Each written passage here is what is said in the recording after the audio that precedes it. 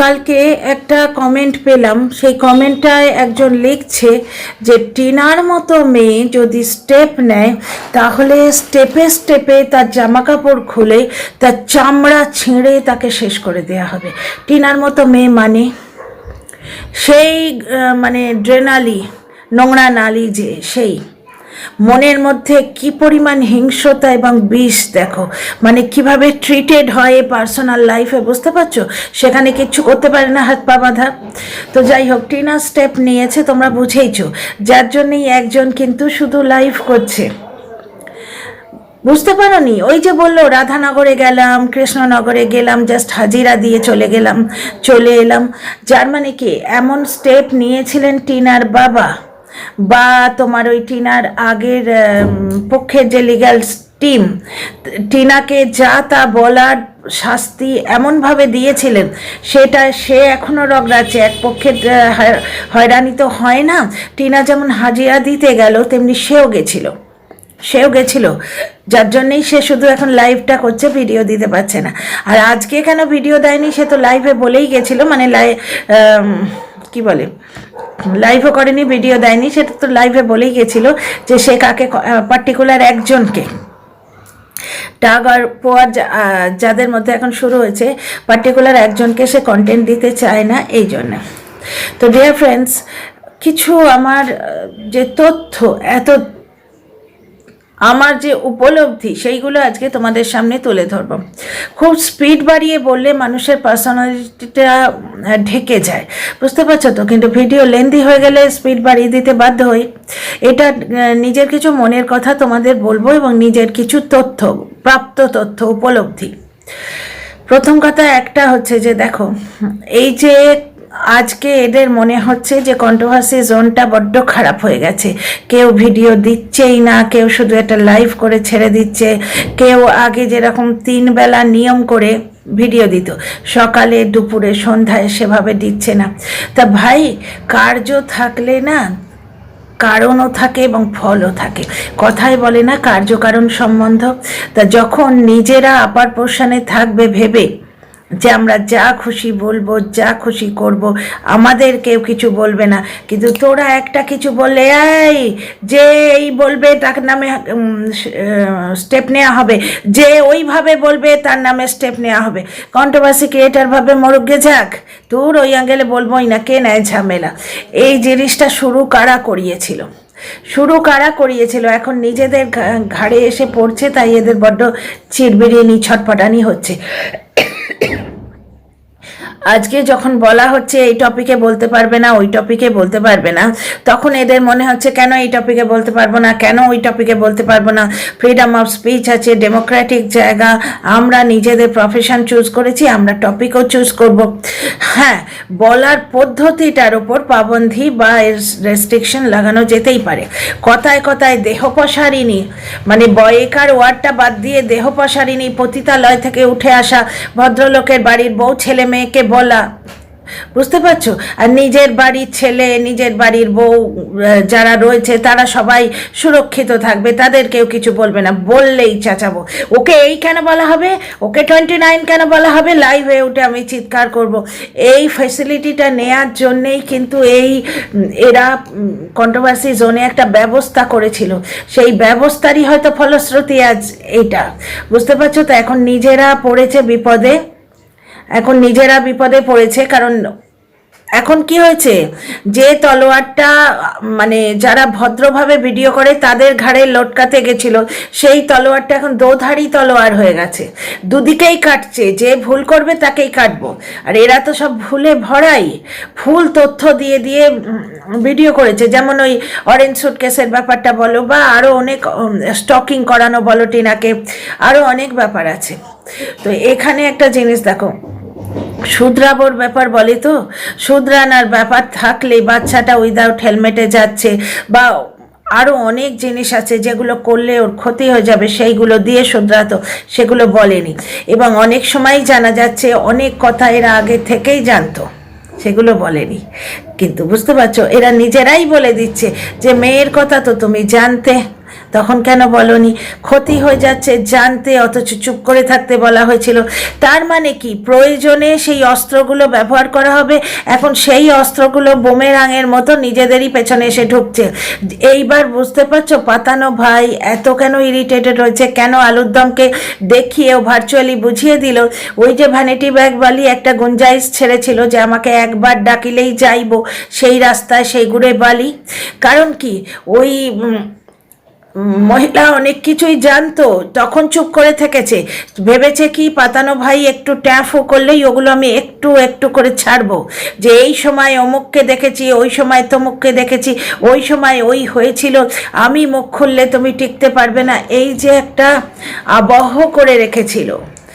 আর ভেতরে অনেক কথা আছে ভাই, ভেতরে অনেক কথা আছে যেগুলো ওপরে আসছে না, আন্ডার দ্য কার্পেট আছে। যেটুকু বাইরে এসছে সেটুকু থেকে এইটুকুই বুঝছি যে এই যে চাপে রাখা, ওই যে আন্দাজি বলছে না হাতের পুতুল করে রাখা, সেইটার বিরুদ্ধেই ভার্চুয়ালি পাতানো ভাই বিদ্রোহ করেছে। এবং পাতানো ভাই এখন দর্শকও মানে না, কারণ দর্শকদের ওপর ওই কচুরি অধিকার, কচু দিদিরই শেকড় দর্শকদের মনে। সুতরাং কচু দিদিকে ইগনোর করছি এটা বুঝিয়ে দেওয়ার জন্যই তো আলুর দমকে আনা হয়েছিল। তো কচু দিদি মানে ইগনোরড হচ্ছে জানলে দর্শকরা আরও খেপে যাবে, তো কিন্তু সেসবের তোয়াক্কা পাতানো ভাই করছে না। বুঝতে পারছো তো? আজকের ব্লগটা একদম নির্ভেজাল ব্লগ দিয়েছে, কোথাও কিচ্ছু ঠকেনি। তো ডিলিট করে করে যে কমেন্টগুলো কমেন্ট বক্সে আছে দেখো গিয়ে, সবাই প্রশংসা করেছে।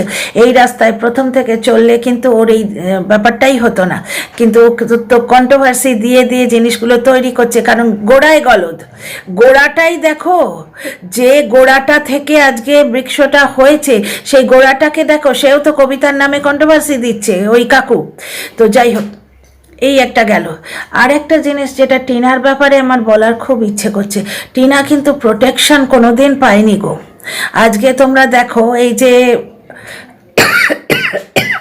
আমাদের বিদেশের ছোট্ট ভাইয়ের যে কন্টেন্ট, টিউ সাহা বর্তমানে আমারও কন্টেন্ট। তো টিউ সাহা আর বিদেশি ছোট্ট ভাইয়ের বিরুদ্ধে মধ্যে টাগা পাওয়ার লেগেছে, তোমরা বুঝতেই পারছো।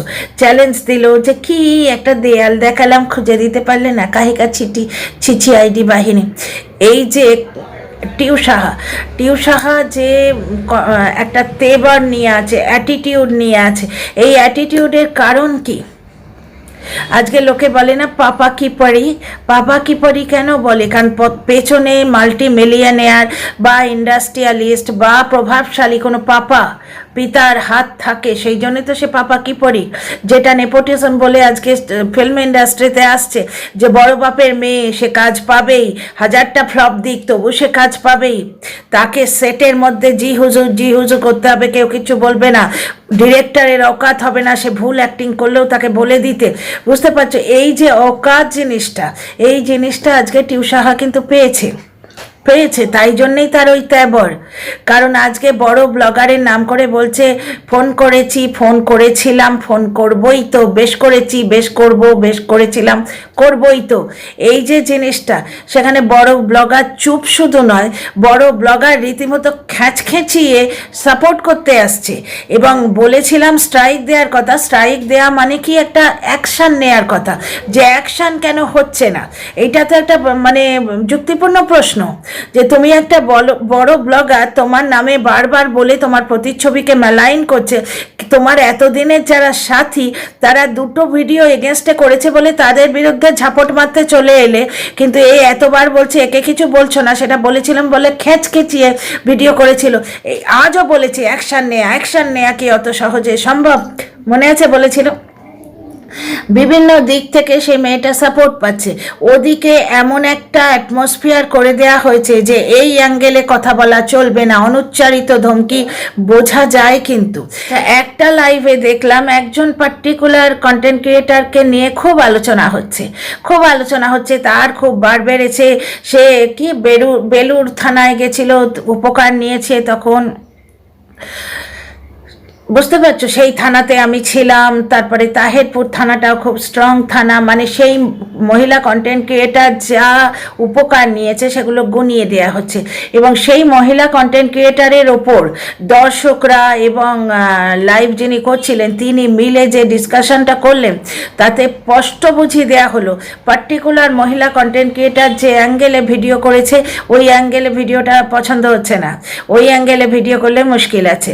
বুঝতে পারছো, এই যে অ্যাঙ্গেলগুলো দিয়ে বলে দেয়া হচ্ছে যে এই ব্লগার বলবে, ব্লগার দেখাবে, যে এমনকি ছেলের সঙ্গে কবিতা শুনতে শুনতেও এরম করে তাকাবে, কেউ কিচ্ছু বলবে না, বললেই দেখে নেব। ব্লগার দেখাবে যে কমলা লেবু নেওয়া হচ্ছে কিন্তু কিছু বলা যাবে না, সঙ্গে সঙ্গে চতুর্দিক থেকে এরাও ঝাঁপিয়ে পড়বে এবং ভয়েরও একটা বাতাবরণ সৃষ্টি করে রাখা আছে। তার মানে একটা জায়গা জিনিস দেখো, কোটিপতি কিন্তু এখনও প্রোটেকশন পাচ্ছে, যদিও সে আলুর দমের সঙ্গে কন্ট্যাক্ট করছে, সে বর্ধমান থেকে কাকু নিয়ে আসছে, তার লিগাল অ্যাডভাইজার পোস্ট ছেড়ে দিয়েছেন, তা সত্ত্বেও কোথাও না কোথাও কোটিপতি প্রোটেকশন পাচ্ছে। নতুন আমার যে কন্টেন্ট টিউ সাহা, সেও যেন মনে হচ্ছে, আমার মনে হচ্ছে কোথাও না কোথাও একটা জোরের জায়গা আছে।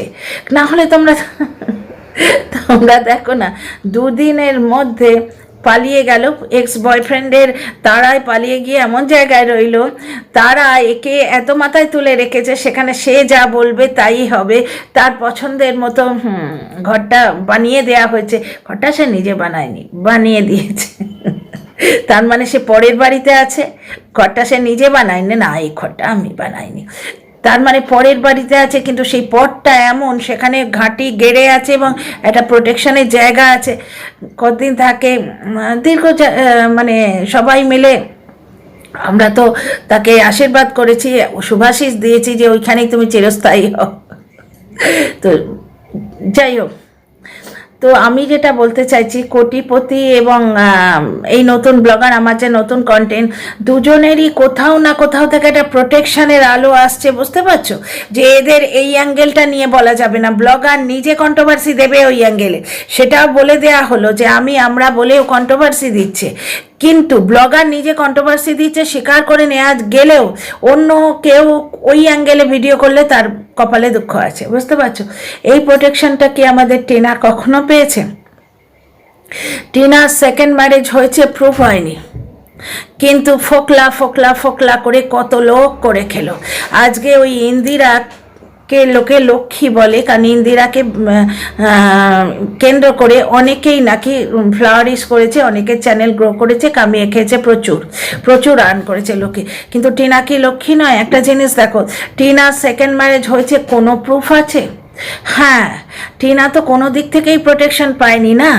এই টিউ সাহাকে যেমন বড় ব্লগার, যে ওর মেন্টার বা যে ওর কোচ বা টিচার, যে ওকে এডিটিং শিখিয়েছে, বা কি বলে, টিচারই বলা যায়, যে ওর টিচার বা যাকে গুরু করেছে, যাকে দেখে দেখে এডিটিং শিখেছে, যাকে ও শ্রদ্ধা করে, যার কথা বেশি বললে ফিলিংস আসে, বলে না, ও নিজেই বলেছে যে এ তো বুকের মধ্যে ফিলিংস এনে দেওয়ার ব্যাপার, যাকে নিয়ে মানে মস্তি করছে, মজা করছে, যার সঙ্গে এমনি বন্ধু হিসেবে কথা বলেছে, যে ওর সঙ্গে কথা বলতে ভালোবাসে, সেইরকম একটা ব্লগারের থেকে তার প্রোটেকশন আছে।